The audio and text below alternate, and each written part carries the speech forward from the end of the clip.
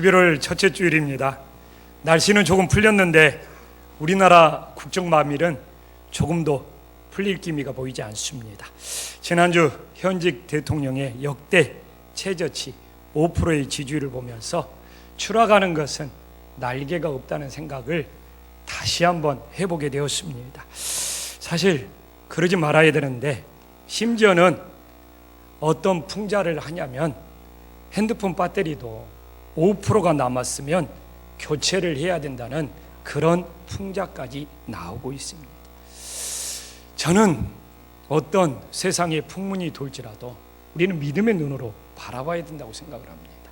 그래서 저는 지금의 현 사태, 이런 국정마비와 대통령의 추락은 저는 하나님을 떠난 것에 본질이 있다고 생각을 합니다.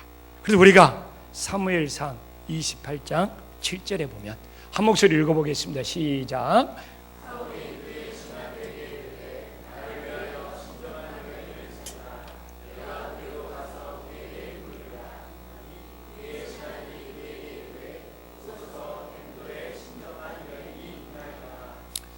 사울왕이 처음에 신접한 여인을 멀리했을 때는 하나님이 사울왕을 세워줬습니다.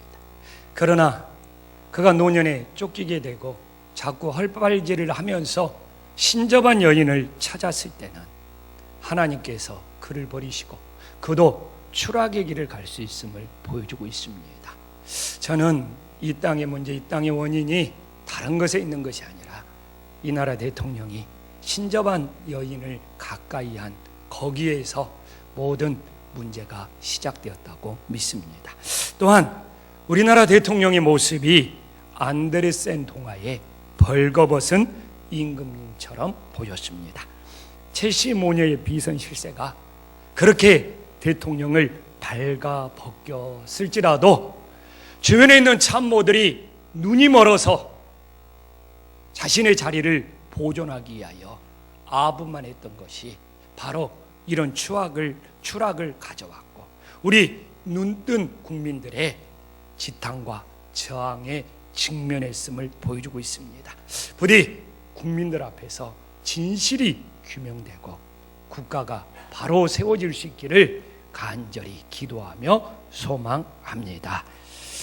오늘 본문에서도 이 눈으로 보지 못하는 맹인이 등장하고 있습니다. 그의 이름은 바디메오입니다. 그러나 그는 예수님을 만나서 눈을 뜨고 새롭게 변화되었습니다. 그러나 세상의 권력과 세상의 부귀만 쫓는다면 오히려 눈이 멀어서 지금의 청와대 참모들처럼 비선 실세처럼 폐가 망신하는 것을 보여주고 있습니다. 그러므로 우리는 오늘 말씀을 통하여 맹인 바디메오가 어떻게 눈을 떴는지 깨닫고 우리들도 눈을 감고 살아가는 인생이 아니라 눈을 뜨고 하나님을 바라보고 이 세상을 바로 바라볼 수 있는 믿음의 자녀들이 될 수 있기를 간절히 소망합니다. 우리 인생은 각자에 따라서 할 수 있는 것과 할 수 없는 것을 동시에 지니고 있습니다. 여기에 이해된 사람은 한 명도 없습니다. 오늘 본문에서 바디메오가 할 수 없는 것은 무엇입니까? 그는 맹인으로서 볼 수 없는 것은 도저히 할 수가 없었습니다. 그러나 이것이 전부입니까? 아니에요. 그러면 이제는 바디메오가 할 수 있는 걸 찾아봅시다. 들을 수 있었습니다. 말할 수 있었습니다. 그리고 걸어갈 수도 있었습니다. 바디메오는 볼 수 없는 것은 핸디캡이었지만 할 수 있는 것을 찾아보니까 할 수 없는 것보다 할 수 있는 것이 바디메오에게는 더 많이 있었습니다. 이처럼 우리 인생도 바디메오처럼 할 수 없는 것도 있어요. 그러나 우리 자신을 살펴보면 하나님은 할 수 없는 것보다 할 수 있는 것을 우리에게 더 많이 주신 사랑의 하나님입니다. 그러나 우리의 인생들이 할 수 없는 것들만 바라보면서 좌절하고 절망하며 불평하면서 살아가는 것이 우리네 모습이라는 것이죠. 오늘 본문에서 바디메오 할 수 없는 것 때문에 좌절하지 않았습니다. 오늘 47절에 보면 그는 오히려 들을 수 있었잖아요. 그것으로 나사렛 예수라는 말을 들었습니다. 그는 말할 수 있었잖아요. 다윗의 자손 예수여 나를 불쌍히 여기소다고 소리 질렀습니다. 그리고 그는 예수님께로 걸어갔습니다. 우리가 바디메오를 보면서 우리도 할 수 없는 것을 보면서 좌절하지 말고 할 수 있는 것으로 마음을 다해 예수님을 찾고 만날 수 있는 지혜로운 하나님의 자녀들이 될 수 있기를 간절히 소망합니다. 제가 목회자의 길을 가려고 할 때 참 주변 사람들은 모두 다 말렸습니다. 할 수 없는 것이 저에게 너무너무 많다고 노골적으로 할 수 없는 것을 지적하면서까지도 목회자의 길을 말리는 사람들이 많았습니다. 가족이든 시골에 다니는 교인이든 주변 친척이든 제가 목회자의 길을 가는 것을 원치 않았습니다. 그리고 오히려 장남이니 돈을 벌어서 집안을 살려라 애정어린 충고들을 많이 해줬습니다. 그래서 저도 헷갈렸어요. 목회자로 하나님이 나를 부르시는 건가? 너무너무 헷갈렸어요. 도대체 내가 할 수 있는 것이 무엇인가? 참 고민스러웠습니다. 근데 그때 아주 많이 불렀던 복음성가가 있었어요. 일부도 우리 장로님들한테 물어보니까 그 당시 유행했던 봉사 할 수 있다 하시니는 나의 능력 주 하나님, 이 복음성가가 유행했다고 하더라고요. 근데 맞습니다. 이 복음성가도 진짜 유행했어요. 왜? 그 시대가 그랬어요. 70년대 후반 80년대 초반 중반을 넘어가면서 우리나라가 산업화가 되면서 참 이렇게 할 수 있다 하시니는 그 찬양이 참 유행했어요. 그러나 그것과 함께 또 많이 불렀던 복음성가가 있습니다. 뭔지 아십니까? 그것이 바로 기도할 수 있는데 왜 걱정하십니까? 이 복음성가도 참 많이 불렸습니다. 그런데 정말 헷갈렸어요. 왜 주변 사람들이 목회자의 길을 가는 걸 말릴까? 정말 나는 할 수 없는 것 때문에 이 길을 포기해야 될까? 진짜 고민했을 때 기도할 수 있는데 왜 걱정하십니까? 이 복음성가 가사가 내 마음에 너무너무 위로가 되고 소망이 되고 응답으로 다가왔습니다. 그리고 그 이후로 정말 저는 하나님께 유일하게 내가 할 수 있는 부르짖으면서 기도했습니다. 그 당시 얼마나 부르짖으면서 기도했으면 이 성대 결절이 와서 말이 안 나올 정도였습니다. 우리 아내가 얼마나 내가 이렇게 부르짖으면서 기도해가지고 성대 결절이 나와서 목소리가 안 나올지 모르는 이야기를 듣고 우리 아내가 너무 걱정한 기억이 생생하게 납니다. 항상 부르짖으면서 기도하다 보니까 목이 상해요. 그런 목으로 찬양 부르기가 얼마나 힘든지 압니까? 심지어는 제 설교하는 목소리가 거슬리다고 정말 충고를 해주는 사람도 많았습니다. 아마 여기에도 제 설교하는 목소리가 거슬리다고 충고하는 사람들이 있었을 겁니다. 양심선언하세요. 우리 장로님들은 말할 것도 없어요. 김한원 장로님은 그냥 목사님 목소리 좀 신경 좀 써라고 얼마나 근데 그냥 항상 뭘 좀 사주면서 했으면 내가 들었을 텐데 항상 말로만 해서 제가 별로 우리 김자준 장로님도 얼마나 걱정했는지 몰라요. 그러고 그냥 우리 성도님들은 또 그냥 목에 좋다는 걸 너무 많이 갖다 준 기억도 생생하게 납니다. 근데 감사해요. 내 이렇게 설교 목소리가 거슬렸어도 안 떠나고 지금까지 남아서 내 설교를 들어주셔서 다시 한번 감사드립니다. 최 목사도 내 목소리가 거슬렸어요? 그런데 그 당시 정말 많은 분들이 서울 한신교회에서도 그랬어요. 목을 조심하라고 충고하고, 심지어는 오늘 이 바디메오를 보면서 바디메오가 소리 질렀잖아요. 그러니까 잠잠하라고 꾸짖었잖아요.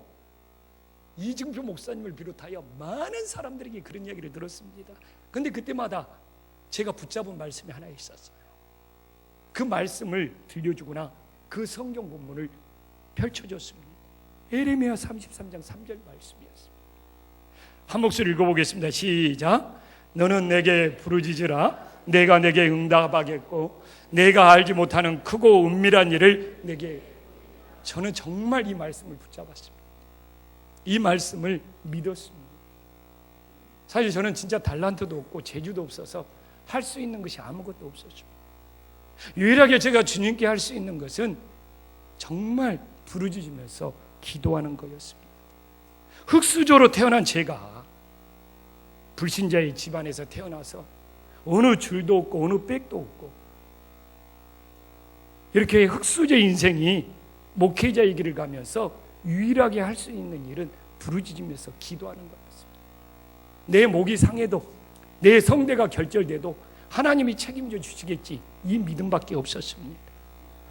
그래서 그나마 그 기도의 은혜로 여기까지 올 수 있었다는 것이 늘 하나님 앞에 감사의 고백입니다. 오늘 여기에 모인 우리 성도님들도 사실 할 수 없는 걸 보면 한없이 좌절감이 생깁니다. 그러나 그래도 하나님께서 우리 각자에게 할 수 있는 것을 주셨습니다. 그 할 수 있는 것을 붙잡고 주님을 만나고자 했을 때 거기에 하나님의 놀랍고 은밀한 일이 일어남을 다시 한번 믿을 수 있기를 간절히 소망합니다. 그래서 오늘 본문에서 바디메오는 할 수 있는 것을 사용하여 예수님을 만났습니다. 그리고 오늘 이 51절에 보니까 주님은 그에게 내가 무엇을 하여 주기를 원하느냐? 선생님이여 보기를 원하나이다. 사실 바디메오와 예수님의 대화를 보면 싱겁습니다. 너무 뻔한 대화의 내용입니다. 무슨 드라마틱한 내용이 없습니다. 그런데 52절에 보니까 그 대화가 끝나자마자 가라, 내 믿음이 너를 구원하였느니라. 우리가 아무리 51절을 눈 씻고 찾아봐도 무슨 믿음이었는지 찾아낼 수가 없습니다. 바디메오가 무슨 믿음이 있어서 하나님이 치유하시고 구원하여 주셨지? 그래서 우리는 이 본문에서 바디메오가 어떤 믿음이 있었기에 예수님의 마음을 움직였는지를 찾아내야 하는 것입니다. 오늘 본문에서 그래도 예수님의 마음을 움직인 바디메오 믿음을 찾고 찾을 때 떠오르는 것이 50절에 바디메오가 예수님께로 나오면서 겉옷을 던진 것이 예수님의 마음을 움직였다는 것을 알 수 있습니다. 출애굽기 22장 26절에 보면 이스라엘 문화는 겉옷을 전당 잡으면 해가 지기 전에 돌려줘야 했습니다. 그 당시 이스라엘 문화 속에 겉옷이라는 것은 낮에는 돗자리요, 낮에는 식탁이요, 낮에는 손님을 맞이하는 방석이 되었고 밤에는 일교차가 심하기 때문에 추위를 피할 수 있는 생활 필수품의 첫 번째 목록이었습니다. 그러므로 오늘 바디메오가 겉옷을 내버리는 것은 예수님께 올인한 것입니다. 그는 예수님을 만난 후에 겉옷을 버린 것이 아니라 예수님을 만나기 전에 겉옷을 버리고 그는 다음을 생각하지 않고 모든 걸 예수님께 맡겼습니다. 그러므로 바디메오는 겉옷을 의지하는 삶에서 오직 예수님을 의지하는 믿음으로 치유받고 구원의 역사가 일어나는 겁니다. 저도 오늘 우리 성도님들에게 묻고 싶습니다. 우리 성도님들은 어떤 겉옷을 의지하면서 살고 있습니까? 우리들이 세상에서 의지하는 겉옷을 버리고 오직 예수님만을 의지할 때 그 믿음을 보시고 우리에게도 치유의 역사와 구원의 역사가 일어난다는 것을 다시 한번 깨달으시기를 간절히 소망합니다. 주님이 52절에 보면 바디메의 믿음을 보시고 뭐라고 합니까? 볼 수 없는 것을 볼 수 있도록 해주셨습니다. 그가 볼 수 있는 것은 뭡니까? 오직 예수님의 은혜입니다. 근데 중요한 것은 이제 볼 수 있게 되었잖아요. 그 볼 수 있는 것을 어떻게 사용했느냐가 너무너무 중요한 겁니다. 우리가 다시 한번 52절에 보면 그는 볼 수 없는 걸 예수님이 볼 수 있게 했을 때 예수님을 길에서 따르는 제자가 되었습니다. 실제로 바디메오를 예수님의 13번째 제자라고 합니다. 이스라엘 백성들이 12라는 숫자를 좋아해서 그렇지 12지파, 12제자, 만약 10이라는 숫자에 대한 개념이 없었으면 바디메오를 포함해서 예수님의 제자는 13명이 될 수도 있었습니다. 이후로 끝까지 바디메오는 예수님을 따르다가 복음을 전하다가 순교했던 믿음의 인물이 되었습니다. 바디메오는 무엇을 이야기하고 있습니까? 할 수 없는 것을 하나님의 은혜로 하게 되었다면 그것은 하나님을 위해서 사용해야 되고 하나님을 따르는 일에 헌신해야 되는 것을 보여주고 있습니다. 지금 우리의 신앙은 뭐가 문제입니까? 왜 제가 간증을 안 좋아합니까? 하나님의 은혜를 받았다고 말은 합니다. 그러나 그 은혜 받은 것으로 예수님을 따르는 삶이 없는 거예요. 왜 이렇게 앞뒤가 모순입니까? 바디메오는 볼 수 없는 것을 볼 수 있는 은혜를 받아왔을 때 예수님을 바라보고 예수님을 따르는 삶을 살았습니다. 은혜 받은 것과 예수님을 따르는 삶이 일치합니다. 그러나 이 땅에 많은 교인들은 예수님께 은혜 받았다고 말은 많이 하는데 그 은혜 받은 것으로 예수님을 따르는 삶을 살지 못하기 때문에 그 은혜가 진짜인지 심히 의심스러울 뿐입니다. 정말 주님이 은혜 주신 거라면, 주님이 다시 생명 주신 거라면, 주님이 다시 고쳐주신 거라면, 정말 주님이 물질을 주셨다고 고백한다면 주님을 따르는 삶에 사용되어야 됩니다. 이것이 앞뒤가 맞는 믿음이고 모순이 없는 믿음이 되는 거예요. 그러나 주님께 받았다고 하면서 자기 만족을 이렇게 채웠습니다, 이런 간증의 아류들이 이 땅의 신앙을 병들어가게 만들고 있는 겁니다. 진짜 믿음의 간증은 하나님께 이렇게 받은 것이 있었는데 하나님이 주신 것이기 때문에 하나님을 따르는 일에 이렇게 사용되었습니다.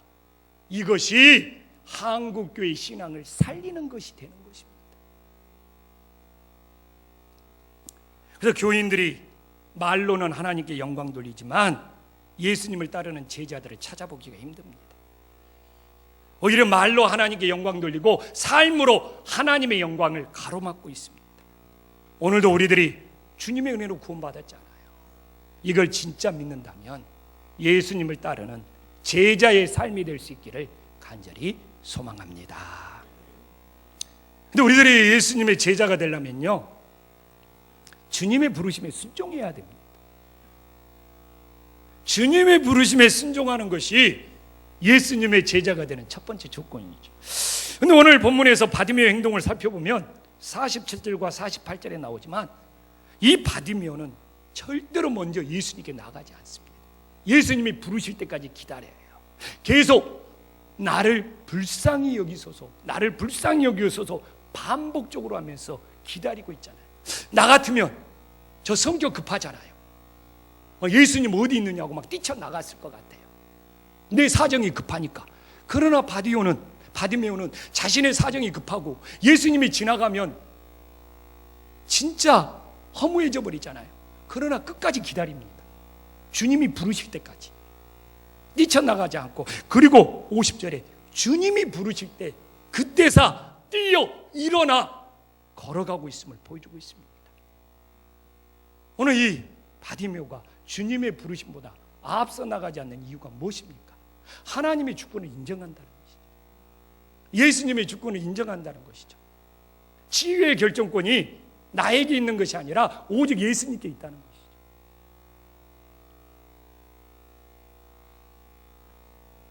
이것이 하나님의 주권을 인정하는 믿음인 거죠. 이처럼 우리 바디메오처럼 주님의 주권을 인정하고 주님의 부르심에 따라 나가야지 선한 역사가 일어나는 거예요. 그러나 부르심도 없이 나가기 때문에 선한 역사가 일어나지 않는 거예요. 부르심도 없이 나아간다는 건 뭡니까? 하나님의 주권을 인정하지 않는다는 것입니다. 우리들도 바디메오처럼 하나님의 주권을 인정하고 부르심에 따라 나아감으로 정말 지금도 치유의 역사, 은혜의 역사, 선한 역사가 얼마든지 일어날 수 있음을 믿으시기를 간절히 소망합니다. 그러나 신앙생활하면서 항상 어려운 것은 무엇인지 압니까? 우리 주님께서 눈앞에 딱 나타나서 나를 불러주시면 쉽죠. 그러나 어떤 경우도 주님이 내 앞에 나타나서 나를 불러주시지 않는다는 것이죠. 그래서 우리는 이 시대에 하나님의 부르심을 분별해야 돼요. 그렇기 때문에 중요한 문제는 어떻게 주님의 부르심을 분별할 수 있느냐 이겁니다. 저는 성경을 읽으면 읽을수록 주님의 부르심에는 뭡니까? 하나님을 위하여 자기가 포기할 것이 더 많을 때입니다. 그것을 내려놓음이라고 고상하게 표현하는 사람들도 있죠. 오늘 50절을 보더라도 바디메오는 하나님의 부르심이 있을 때 가장 소중하게 생각하는 생활 필수품 1호 겉옷을 포기하고 주님께 나아갔습니다. 또한 마가복음 1장 16절에서 20절을 보면 베드로와 안드레도 요한과 야고보도 주님의 부르심이 있을 때 그물도 버려두고 배도 버려두고 예수님을 따랐습니다. 그러나 주님의 부르심이 아닌 것도 있습니다. 하나님을 위해 포기하는 것보다 내가 누리려는 것이 더 많을 때는 절대로 주님의 부르심이 아닙니다. 설사 오지의 선교사로 떠날지라도 자녀 어학 공부시키고 내가 좀 슈바이처럼 명성 좀 얻고 더 누리려고 많은 것이 있다면 그런 선교사로 부르심을 받은 것이 아닙니다. 그것이 물질이든 명성이든 이 땅에서 보상 때문에 주님의 일을 한다면 부르심과 관련이 없습니다. 그래서 예수님도 그러잖아요. 이 땅에서 칭찬을 받으면 뭐라고요? 하늘에서는 뭐가 없다고요? 상급이 없다고 분명히 말씀하고 있습니다. 저 같은 목사든 선교사든 장로든 하나님의 사역자들이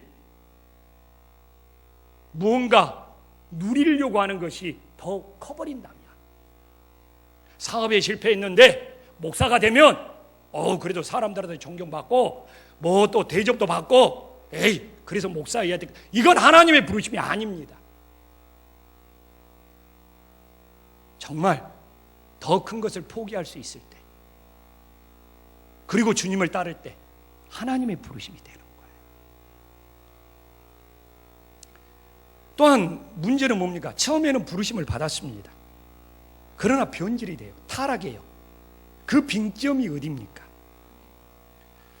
처음에는 하나님을 위해서 포기했는데 지내다 보니까 자신이 누리는 것이 더 많아지는 시점입니다. 제자들 처음에 포기했어요.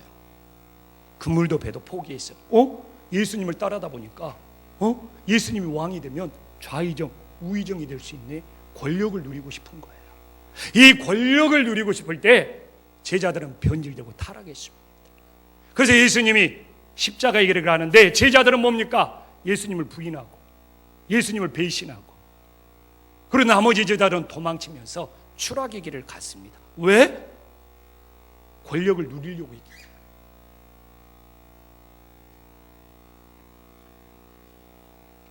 하나님의 사역자들 동일합니다. 하나님의 부르심을 받았지만 변질되어서 손가락질을 받는 것은 그가 희생하는 것보다, 그가 수고하는 것보다, 그가 헌신하는 것보다 누리려고 하는 것이 더 커져버렸기 때문에 그렇습니다. 대형교회 목사들 처음부터 잘못된 거 아닙니다.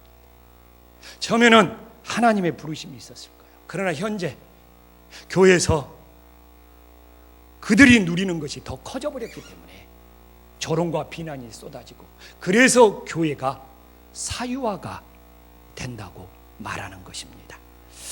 어느 곳에든지 우리도 마찬가지입니다. 내가 속한 곳에서 내 수고의 대가보다도 더 누리려는 것이 많을 때 비리가 생기고 사유화가 생겨서 무너지게 되어 있다는 겁니다. 우리나라 전국도 다르지 않습니다. 개인적인 친분 때문에 자신의 이득을 더 취하려고 했기 때문에 비리가 생기고, 청와대도 사유화가 되고 정부도 사유가 되는 겁니다. 기업도 마찬가지입니다. 오너들이 자신의 비자금을 조성하려고 했기 때문에 그 기업이 비리가 생기고 사유화가 되는 겁니다. 그러나 이런 일들이 교회에서도 일어나고 있습니다. 오늘도 조영식 목사가 이 교회에서 헌신하는 것보다, 수고하는 것보다 더 누리려는 것이 많아졌을 때, 저는 여러분들에게 동일하게 지탄의 대상이 될 수 있습니다. 그러나 지금도 하나님을 믿는 우리들이 누리는 것보다 포기하고 희생하는 것이 많다면 어느 곳에 있든지 빛이 되고 소금이 될 수 있습니다. 아멘.